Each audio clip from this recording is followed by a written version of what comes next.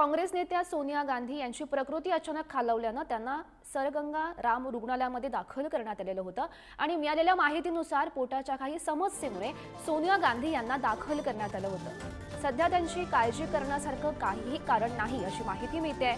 त्यांना आज रुग्णालयातून डिस्चार्ज मिळू शकतो अशी ही माहिती डॉक्टरांनी दिली आहे।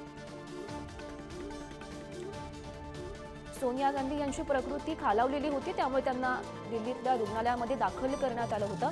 सध्या त्यांची प्रकृती ही स्थिर असल्याची माहिती मिळते। आज रुग्णालयातून त्यांना डिस्चार्ज मिळण्याची शक्यता आहे।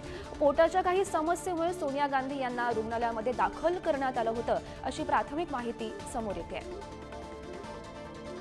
सध्या त्यांची प्रकृती स्थिर आहे। आज त्यांना डिस्चार्ज मिळू शकतो अशी शक्यता वर्तवण्यात येते। त्यांना दिल्लीतल्या सरगंगा राम रुग्णालयामध्ये दाखल करण्यात आलेलं होतं। त्यांची प्रकृती अचानक खालावलेली होती। सध्या त्यांची प्रकृती स्थिर आहे।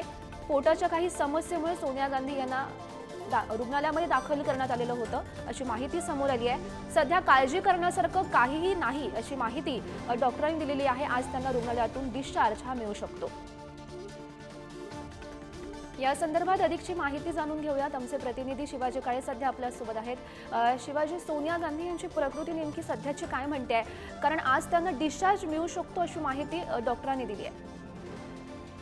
अगदी काल सकाळी साधारण 8:30 वाजता त्यांची प्रकृती बिघडली अशी माहिती मिळाली होती। त्यानुसार त्यांना सर गंगाराम रुग्णालय जे आहे राजधानी दिल्लीमध्ये त्या ठिकाणी दाखल करण्यात आलं होतं। त्यांचं रुटीन चेकअप देखील याच रुग्णालयामध्ये पार पडतं आणि त्यांना त्या ठिकाणी दाखल केलं जातं। काल अशाच पद्धतीने त्यांच्या पोटामध्ये त्रास जाणवू लागल्यानं त्यांना या ठिकाणी दाखल करण्यात आल्याची प्राथमिक माहिती मिळते। अद्यापपर्यंत डॉक्टरांकडून अधिकृत अशी माहिती कुठलीही मिळालेली नाहीये।